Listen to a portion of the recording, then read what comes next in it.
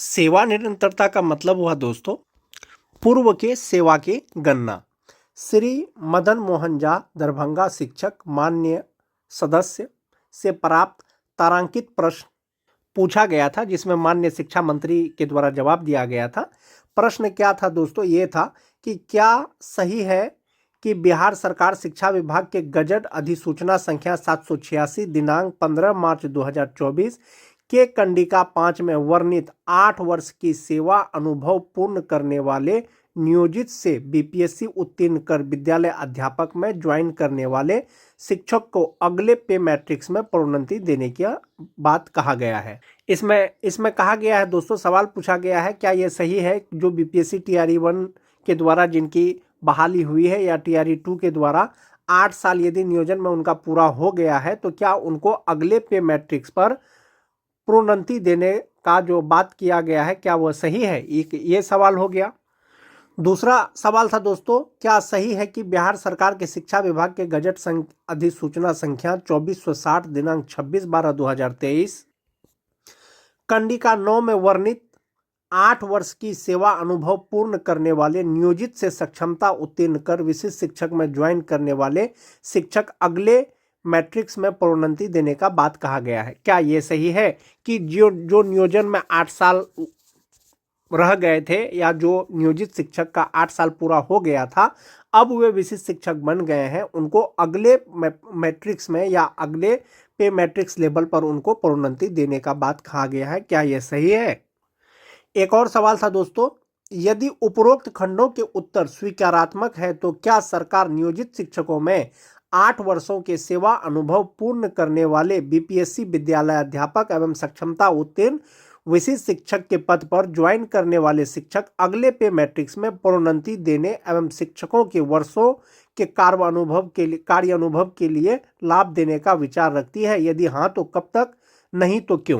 पूछा गया दोस्तों कि जो नियोजन में 8 साल रहे, चाहे वो नियोजित विशिष्ट शिक्षक हो चाहे वो विद्यालय अध्यापक हो, यदि उनका 8 साल पूरा हो गया है तो क्या उनको अगले पे मैट्रिक्स में प्रोन्नति देने का कोई विचार है? यदि हाँ तो कब तक देना चाहते हैं? यदि नहीं तो क्यों नहीं देना चाहते हैं? ये सवाल पूछा गया था दोस्तों, और ये इसका जो जवाब आया है दोस्तों, ये 28 फरवरी को लिखित में माननीय शिक्षा मंत्री के द्वारा जवाब दिया गया था। और जवाब क्या था दोस्तों? जवाब था कि वस्तु स्थिति यह है कि अधिसूचना संख्या 786 दिनांक 15 मार्च 2024 के कंडिका 5 के द्वारा बिहार लोक सेवा आयोग से नियुक्त शिक्षकों को प्रोन्नति देने से संबंधित प्रावधान है। यानी ये जो अधिसूचना संख्या 786 दिनांक 15 मार्च 2024 जो है दोस्तों, इसमें सिर्फ और सिर्फ बीपीएससी शिक्षकों को यानी विद्यालय अध्यापकों को प्रोन्नति देने का प्रावधान है उस चिट्ठी में। और सक्षमता उत्तीर्ण शिक्षक के बारे में कहा गया है दोस्तों, वस्तु स्थिति यह है कि अधिसूचना संख्या 2460 दिनांक 26 दिसंबर 2023 के कंडिका 9 के द्वारा विशिष्ट शिक्षकों के प्रोन्नति से संबंधित प्रावधान है। विशिष्ट शिक्षकों का प्रोन्नति से प्रावधान है, यानी विशिष्ट शिक्षकों को प्रमोशन दिया जाएगा, पदोन्नति किया जाएगा, इसका प्रावधान है। 26/12/2023 के लेटर में बिहार विद्यालय विशिष्ट शिक्षक नियमावली 2023 के द्वारा स्थानीय निकाय शिक्षक से विशिष्ट शिक्षक बने शिक्षकों को पूर्ण वेतन संरक्षण का लाभ दिया गया है। विशिष्ट शिक्षक नियमावली 2023 के द्वारा विशिष्ट शिक्षकों को पूर्ण वेतन संरक्षण का लाभ दिया गया है, जैसा कि आप जान रहे हैं, पे प्रोटेक्शन दिया गया है। क्योंकि स्थानीय निकाय शिक्षक पंचायती राज एवं नगर निकाय के शिक्षक हैं, जबकि विद्यालय अध्यापक एवं विशिष्ट शिक्षक राज्यकर्मी श्रेणी के तहत आते हैं, जिस कारण 8 वर्ष के सेवा अनुभव पूर्ण करने वाले स्थानीय निकाय शिक्षकों को अगले पे मैट्रिक्स में प्रोन्नति देने एवं शिक्षकों के वर्षों के कार्य अनुभव के लिए लाभ देने हेतु कोई भी प्रस्ताव विभाग के समक्ष विचाराधीन नहीं है। माननीय शिक्षा मंत्री ने लिखित जवाब में दिया है कि विद्यालय अध्यापक और जो विशिष्ट शिक्षक हैं वो राज्यकर्मी के श्रेणी के तहत आते हैं, उनका प्रोन्नति तो किया जाएगा, लेकिन 8 साल जो सेवा पूरा करेंगे उन्हीं को जो है प्रोन्नति किया जाएगा। फिलहाल जो विद्यालय अध्यापक बने हैं, जो विशिष्ट शिक्षक बने हैं स्थानीय निकाय के शिक्षक से, जो उनका पहले का कार्य अनुभव है दोस्तों, उसको लाभ देने का अभी कोई भी प्रस्ताव शिक्षा विभाग के पास विचाराधीन नहीं है। संभवतः सेवा निरंतरता का लाभ नहीं दिया जाना है, ऐसा उन्होंने लिखित जवाब में दिया है। लेकिन लिखित जवाब में ये दिया है दोस्तों, जो विशिष्ट शिक्षक हैं, विशिष्ट शिक्षक को जो है वेतन संरक्षण का लाभ दिया गया है, पूर्ण वेतन संरक्षण का लाभ दिया गया है, लेकिन उनका पुराना जो कार्य है उसको नहीं जोड़ा गया है, सर्विस कंटिन्यूटी को नहीं दिया गया है। एक बार दोस्तों जो विशिष्ट शिक्षक नियमावली 2023 है उसका पुनरावलोकन करेंगे, और ये जवाब दोस्तों माननीय शिक्षा मंत्री के द्वारा 28 फरवरी को दिया गया है। यही विशिष्ट शिक्षक नियमावली 2023 है दोस्तों, जो 26 दिसंबर 2023 को जारी किया गया था, और इसी का जिक्र जो है माननीय शिक्षा मंत्री के द्वारा किया गया है तारांकित प्रश्न के जवाब में। विशिष्ट शिक्षक नियमावली में दोस्तों जहां तक प्रोन्नति का सवाल है, उनको स्पष्ट कर दिया गया है कि विशिष्ट शिक्षक निम्नलिखित तालिका के अनुसार प्रोन्नति हेतु पात्र होंगे। विशिष्ट शिक्षक का 4 श्रेणी है दोस्तों, 1 to 5 के विशिष्ट शिक्षक, 6 to 8 के विशिष्ट शिक्षक, 9 10 के विशिष्ट शिक्षक, 11 12 के विशिष्ट शिक्षक। ये जो विशिष्ट शिक्षक है दोस्तों 1 to 5 के विशिष्ट शिक्षकों का प्रमोशन किया जाएगा, पदोन्नति किया जाएगा या प्रोन्नति किया जाएगा। 6 to 8 में जो 6 to 8 के विशिष्ट शिक्षक है, 6 to 8 के वरीय विशिष्ट शिक्षक के रूप में, जो 9 10 के विशिष्ट शिक्षक है 11 12 के विशिष्ट शिक्षक के रूप में, और जो 11 12 के विशिष्ट शिक्षक हैं उसको 11 12 के वरीय विशिष्ट शिक्षक के रूप में। लेकिन इसमें एक चीज है दोस्तों, प्रोन्नति के लिए समय अवधि लगातार 8 साल सेवा करेंगे तभी विशिष्ट शिक्षकों को अगले पे मैट्रिक्स पर प्रोन्नति दिया जाएगा। चूंकि पूर्व की सेवा को अभी नहीं जोड़ा गया है दोस्तों, माननीय शिक्षा मंत्री ने लिखित में जवाब दिया है, और 8 वर्ष जैसे कि 2025 में जो विशिष्ट शिक्षक बने हैं संभवतः वो प्रोन्नति लेने के लिए एलिजिबल होंगे 8 साल बाद, यानी 2033 में।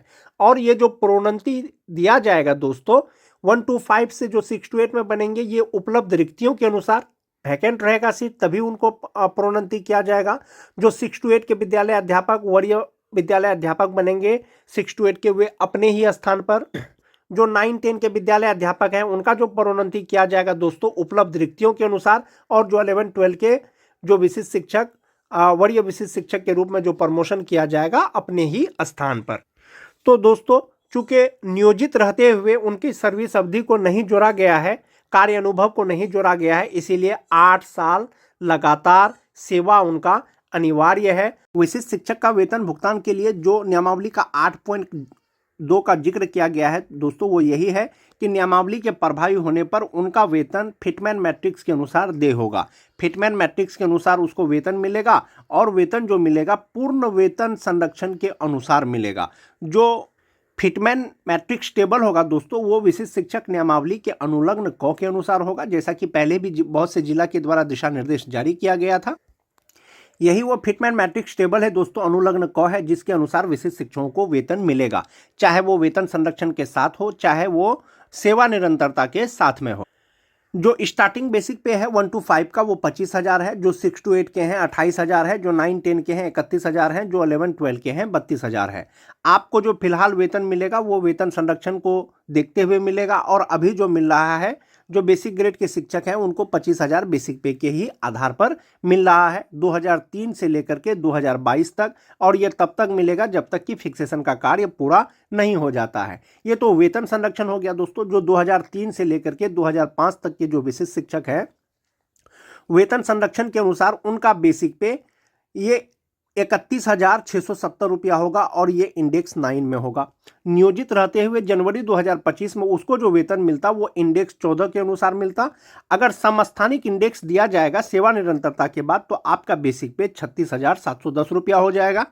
यानी कि अगर आपको सेवा निरंतरता दिया जाएगा फ्यूचर में तो 5,000 रुपया आपके बेसिक पे बढ़ोतरी हो जाएगा। वहीं पर बात कर लेते हैं जो टीटी पास शिक्षक हैं दोस्तों, चाहे वो स्पेशल उर्दू टीटी पास हो, चाहे वो 2013 से लेकर के 2015 तक के टीटी पास हो, उनका विशिष्ट शिक्षक के रूप में वेतन संरक्षण के साथ उनका जो बेसिक पे है वो 27,320 रुपया है। यदि उनको सेवा निरंतरता का लाभ मिलेगा तो वो इंडेक्स 9 में आ जाएंगे और उनका बेसिक पे 31,670 रुपया हो जाएगा।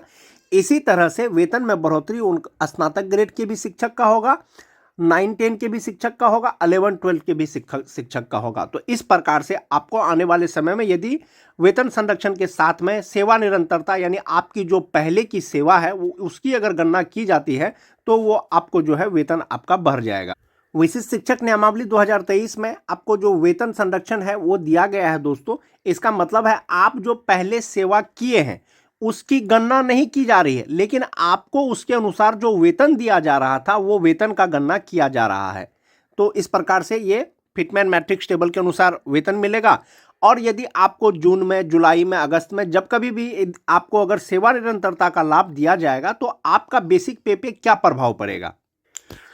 जो बेसिक ग्रेड के विशिष्ट शिक्षक हैं दोस्तों 1 to 5 के, सेवा निरंतरता के साथ उनका वेतन कितना होगा। जैसे नियोजित शिक्षक 2003 से लेकर के 2005 तक, जनवरी 2025 में उनका बेसिक पे 31,340 रुपया होता।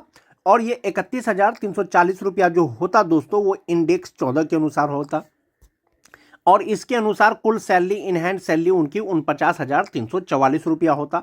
चूंकि विशिष्ट शिक्षक बन गए हैं, फिलहाल वेतन संरक्षण का लाभ दिया जा रहा है, तो वेतन संरक्षण का लाभ देते हुए ये जो 31,340 रुपया है दोस्तों वो विशिष्ट शिक्षक नियमावली के इंडेक्स 9 पे आएगा। और इसके अनुसार बेसिक पे 31,670 रुपया होगा।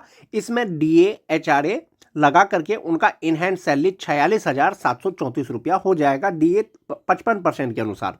यदि सेवा निरंतरता का लाभ दिया जाएगा, सेवा निरंतरता का लाभ का मतलब हुआ जो आपने पहले सेवा किया है उसका गणना यानी कि समस्थानिक इंडेक्स दिया जाएगा। इंडेक्स 14 के अनुसार आपको जो है वेतन नियोजित रहते हुए मिलता, तो इंडेक्स 14 के अनुसार आपको विशिष्ट बनने के बाद भी मिलेगा। तो आपका बेसिक पे 31,670 से सीधा 36,710 रुपया हो जाएगा। इसमें DA HRA मेडिकल लगा करके जो इन हैंड सैलरी हो जाएगी वो 54,017 रुपया हो जाएगा। दोस्तों ये जो वेतन का कैलकुलेशन बताया जा रहा है ये 55% DA के अनुसार बताया जा रहा है। जैसा कि आप सभी जानते हैं केंद्र सरकार ने 2% का DA का बढ़ोतरी कर दिया है, राज्य सरकार के द्वारा आने वाले समय में किया जाएगा। तो 2003 से लेकर के 2005 तक के जो शिक्षक विशिष्ट शिक्षक बने हैं या जो नियोजित हैं, नियोजित रहते हुए बेसिक पे 31,340 रुपया, वेतन संरक्षण के साथ बेसिक पे 31,670 रुपया, सेवा निरंतरता के साथ उनका बेसिक पे 36,710 रुपया। जो अभी तक नियोजित है उनका इन हैंड सैलरी 49,344 रुपया। जो विशिष्ट शिक्षक बन गए हैं वेतन संरक्षण के साथ में इन हैंड सैलरी 46,734 रुपया। और अगर सेवा निरंतरता मिलेगा तो 54,017 रुपया सैलरी होगा दोस्तों। इन हैंड सैलरी 2003 से लेकर के 2005 तक के जो स्थानीय निकाय के शिक्षक विशिष्ट शिक्षक बने हैं। जहां तक बात ग्रॉस सैलरी का है दोस्तों, ग्रॉस सैलरी की अगर बात करें जो नियोजित शिक्षक हैं उनकी ग्रॉस सैलरी 51,144 रुपया। विशिष्ट शिक्षक बने हैं वेतन संरक्षण के साथ 51,673 रुपया। यदि सेवा निरंतरता मिलेगा तो उनका in hand salary gross salary हो जाएगा 59,737 रुपया। चूंकि आपको वेतन संरक्षण का लाभ दिया जा रहा है तो दोस्तों आप उम्मीद कर सकते हैं कि आने वाले समय में आपको सेवा निरंतरता का भी लाभ दिया जाएगा। जो 2006 के नियोजित शिक्षक हैं दोस्तों इंडेक्स 13 के अनुसार नियोजित रहते हुए उनका बेसिक पे 30,420 रुपया होता है। इन हैंड सैलरी 47,872 रुपया होता है। वेतन संरक्षण के अनुसार ये जो 30,420 रुपया फिट बैठेगा दोस्तों विशिष्ट शिक्षक का फिटमैन मैट्रिक्स में वो 30,750 रुपया में बैठेगा। और 30,750 रुपया जो होगा वो इंडेक्स 8 में आएगा। इसके अनुसार उनका इन हैंड सैलरी हो जाएगा 45,405 रुपया, DA 53% के अनुसार। वहीं पर अगर सेवा निरंतरता मिलेगा दोस्तों, चूंकि इंडेक्स 13 के अनुसार नियोजित में मिल रहा है तो इंडेक्स 13 के अनुसार विशिष्ट भी मिलेगा, तो इनका बेसिक पे 35,640 रुपया हो जाएगा 30,750 रुपया से। इसमें DA 55%, HRA मेडिकल लगा करके ग्रॉस सैलरी 58,024 रुपया और इन हैंड सैलरी उनकी हो जाएगी 52,470 रुपया। तो एक चीज आप इसमें देख सकते हैं दोस्तों, जो नियोजित शिक्षक हैं जो विशिष्ट शिक्षक बने हैं ग्रॉस सैलरी में कहीं पर भी उनका कमी नहीं हुआ है। नियोजित रहते हुए ग्रॉस सैलरी 49,672 रुपया, विशिष्ट बनने के बाद 50,201 रुपया, सेवा निरंतरता मिलने के बाद 58,024 रुपया। एक तो राज्यकर्मी है ऊपर से विशिष्ट शिक्षक हैं। वेतन के एतबार से दोस्तों कहीं पर भी जो है विशिष्ट शिक्षक को हानि नहीं हुआ है। वहीं पर नियोजित शिक्षक की बात करें 2010 का, तो इंडेक्स 12 के अनुसार नियोजित रहते हुए उनका बेसिक पे 29,530 रुपया होता है और इन हैंड सैलरी उनकी 46,449 रुपया होता है। वेतन संरक्षण के अनुसार ये जो इंडेक्स 12 है वो इंडेक्स 7 में फिट बैठता है और उनका बेसिक पे 29,850 रुपया होता है, तो इन हैंड सैलरी 44,104 रुपया होता है।